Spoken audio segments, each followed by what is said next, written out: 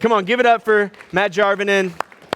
Some of you have been here in the past when Matt has been with us for a mental health event, but I'm just going to jump right into my questions, Matt. So give us some of your story. How has your life been shaped by what we're talking about? Experiencing pain, worship, mourning, learning how to deal with people speaking into your pain. I know that's a big question. Just start at the beginning. Good morning, everyone. Thank you, Brian, for bringing the word this morning. I've taken a lot away myself. I grew up in the brand of church. My parents were told that if you weren't doing the right things when God came back, you wouldn't be taken with him.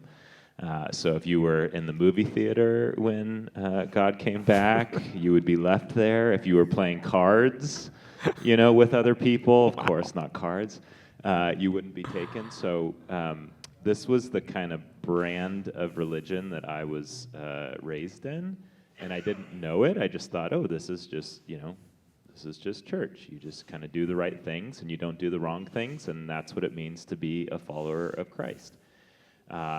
And what that bred in me was a pretty chronic experience of anxiety, because it was up to me to do the right things, and it was up to me to not do the wrong things. And I was pretty good at that, actually, so I didn't experience a lot of that anxiety a lot of the time because I was pretty good at just doing what I was supposed to do.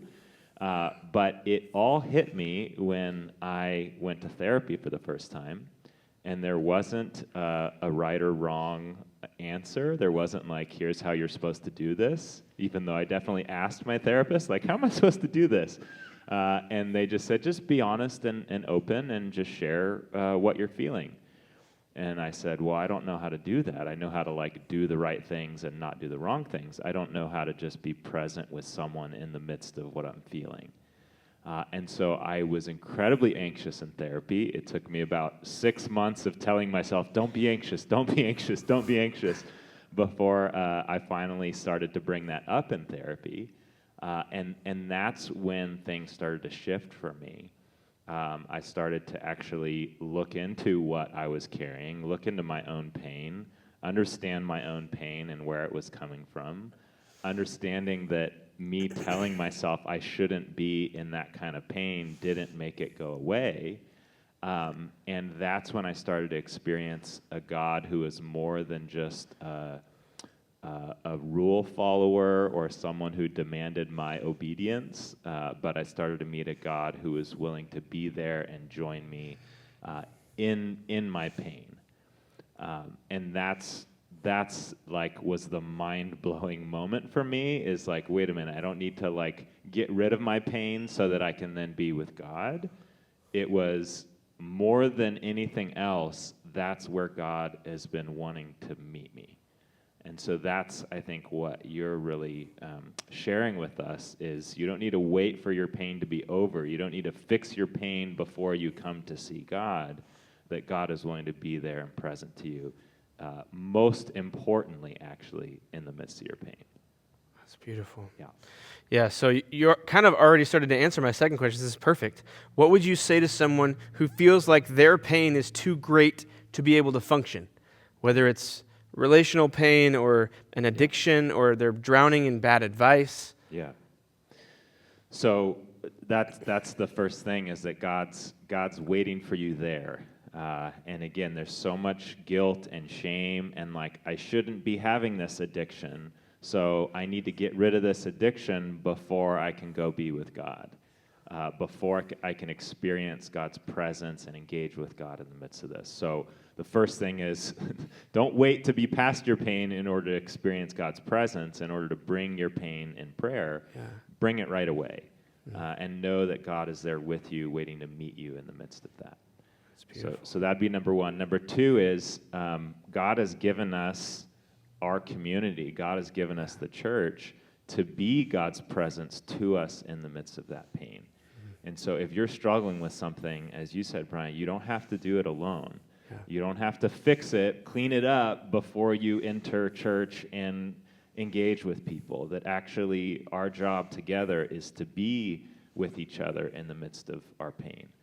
And so my encouragement to you would be not only experience God's presence, but bring your pain to your community so that you can experience other people's presence and God's presence through them, essentially. And what I found when I do that has always been incredible to me is that when we share our pain with each other, then it normalizes and makes it safe for other people to then share about their pain. Yeah. We dealt with a number of miscarriages, and that was an incredibly painful thing in my wife and I's experience. And it was like, once we started to bring that up, it was like, oh yeah, we had one of the, oh yeah, we dealt with that. Oh yeah, I was like, I had no idea. I thought I was the only one going through this. Yeah. But it's when you share your pain, it invites other people to share their pain. And then it gives you a chance to experience kind of connection and depth and God's presence in the midst of that whole thing. So that's what I'd say. It's beautiful. Okay, for a second, help us kind of transition, put us in the position of the friend of Job, if Job had another friend that wasn't speaking. All of us have someone in our life that we see that's going through pain. What would your advice be to those of us as we want to try to be there for someone who's in a lot of pain? What do we say? How do we say it? Give us your advice. Yeah. So, I mean, the piece of just listening and offering presence, that's like number one. So that's what God does for us. God didn't wait till we were fixed to come and be with us. God came in his Son and met us in the midst of our brokenness and our pain. And so that's what we're called to do for each other. So not trying to fix it, not trying to give the right answer, but just hearing and listening and being present is key. The other thing you said today that really stood out to me was the story about Jesus and the blind man. Why did this happen to him? You know, is he being punished for some reason? And Jesus says it's so that my glory might be revealed, right? And so that's another great question I think you can ask is just, what's God teaching you? What's God revealing to you in the midst of your pain? How are you connecting with God in the midst of your pain? I think that's a great way of joining with someone, but also inviting them to reflect on the truth, right, of God's presence and God's communication with them. Amen. My last question was about the perspective of God, but you've already told us all about God being with us in our pain and asking people that's beautiful. So I won't even ask that one. But we want to pray for you. I believe what you're doing is a ministry. Sure. So Matt started an organization called Emotion Fit. You'll have to look them up. They're sharing healthy emotional fitness exercises with people to grow to become more emotionally healthy. He also leads a practice. So if somebody wanted to come get help, what's their next step? Yeah, so, I mean, go to God, go to your community, and then if you feel like I'm still stuck and I need some additional resources and help to get to the root of my pain, if it feels like it's driven by some kind of nervous system thing, emotional thing, historical thing, psychological thing, then there's people who can help. So there's plenty of great therapists out there. Our group tries to connect people with the right faith-based resources, so feel free to reach out to our group if you need any of that kind of support. We can try to help you find the right fit. Awesome. Give us a website. Emotionfit.us. All right, easy enough. Yeah.